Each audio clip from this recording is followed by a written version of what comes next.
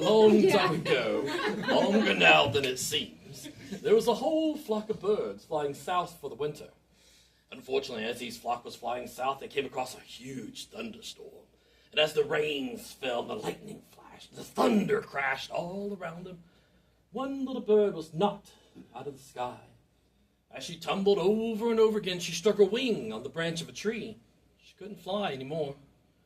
She got to the ground, she hopped along till she came to the maple tree.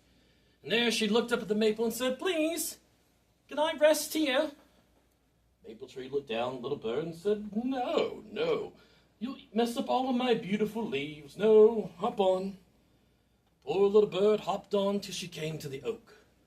There she looked up at the great oak and said, "Please, can I rest here? Just for a little while, till my wing is better."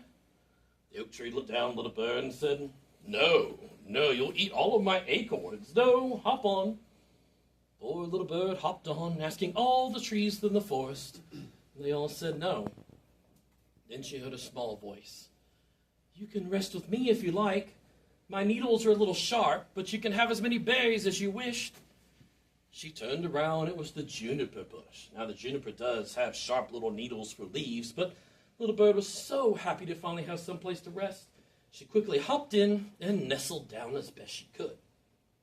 Now, once there, she stayed safe and warm until fall, and as fall rolled in and the temperatures began to drop, the poor little bird began to shiver. Then long branches with longer, softer needles wrapped around the juniper. It was the spruce tree. The spruce wanted to help. Together, they all stayed safe and warm until winter. In the dead of winter, and the snows began to fall. The temperature began to plummet. The poor little bird began to freeze. Then long branches with longer, softer needles wrapped around all of them. It was the pine. The pine tree wanted to help. Together, all four stayed safe and warm until spring, and little bird was well enough to join her flock once again. Now, the great creator had seen all this, had seen the generosity of the juniper, the spruce, and the pine, had also seen the selfishness of all those other trees. So the great creator went to the north wind and told the north wind, "Next season, I give you permission to blow as hard as you like. If you wish, you can blow all the leaves off all those selfish trees. But you must promise me that you'll leave the juniper, the spruce, and the pine tree alone, because they were so nice to that little bird."